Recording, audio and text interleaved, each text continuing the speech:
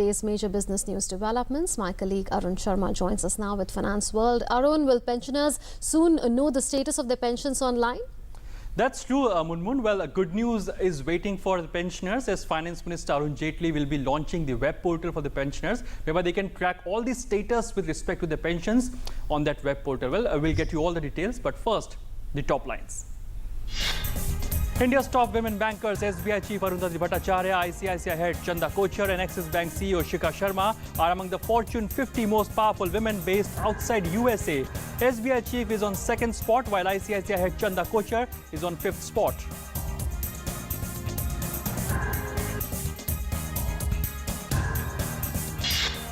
Finance Minister Arun Jaitley to launch a web portal for pensioners which will serve as a one-stop destination for providing necessary information relating to status of pension cases and pension payments.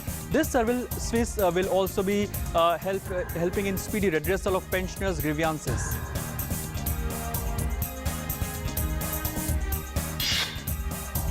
CBDT says assessees taking advantage of the direct tax dispute resolution scheme will be required to pay the taxes within the stipulated period to avail the relief under the scheme.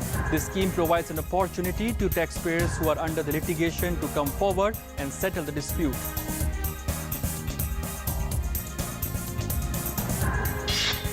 At India Post Help Centre and a toll-free number 1924 launched to address its grievances of people in the country. Communications Minister Manoj Sinha says postal complaints in the country will be solved in 24 hours. And government has decided to raise the buffer stock of pulses to 20 lakh tons from 8 lakh tons through domestic procurement and imports in order to keep the prices stable and encourage farmers to grow pulses. In the last 2 years, MSP of pulses has also been increased considerably by providing bonus, which is also helping in increasing the production of the pulses. And efforts of government are also clearly visible as CPI inflation for the month of August falls sharply to 5.05%. Let's take a look at this report. Ahead of the festive season, the government has taken various measures to control the price of pulses. Government has decided to increase the buffer stock of pulses to 20 lakh tons in order to control prices. The move will also deter hoarders from holding stocks of pulses. Buffer stock में 20 lakh ton का है, उसमें हम लोगों की जो policy है वो है 10 लाख टन जो है वो हम जो डोमेस्टिक अपना मार्केट है देश के अंदर में जो है उससे खरीदेंगे और 10 लाख टन हमारा क्या कहते हैं कि जो इंपोर्ट होगा उसके माध्यम से बफर स्टॉक में जो है रखने का काम करेंगे. In the last 2 years, MSP of pulses has been increased considerably by providing bonus, which is also helping in increasing the production of pulses. The move will ensure a stable price regime for pulses and will also encourage domestic farmers to increase production of pulses. Efforts of the government are also clearly visible as CPI inflation for the month of August has fallen sharply to 5.05%. Good monsoon, increased imports and crackdown on hoarding have managed to cool the prices, but the big gap between wholesale and retail prices means that farmers are not getting the appropriate prices for their produce, and various efforts by the government will help farmers in getting decent returns. Bureau Report, DD News. And Cabinet has approved the creation of Higher Education Financing Agency for creation of infrastructure in premier educational institutions.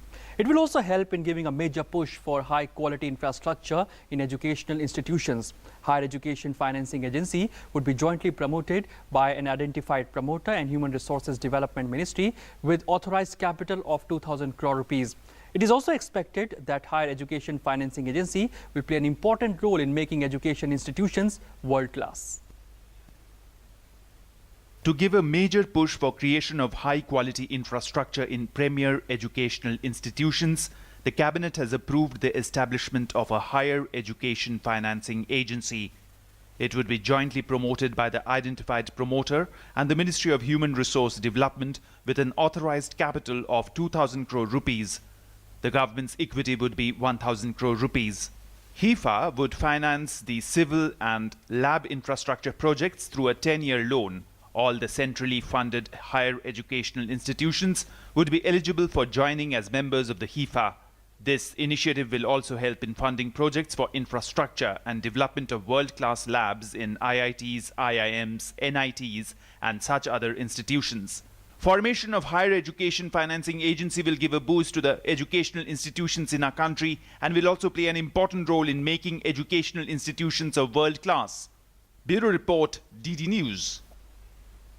And IT Minister Ravi Shankar Prasar is on a visit to Latvia and Estonia as part of government's plan to send as many ministers as possible to countries where there has not been any India's ministers visit. From Estonia's Tallinn University of Technology, Ravi Shankar Prasad has joined live through a video conferencing to IT department officials in Delhi. He talked about government's IT initiatives like Digital India and called them game-changing for Indian economy.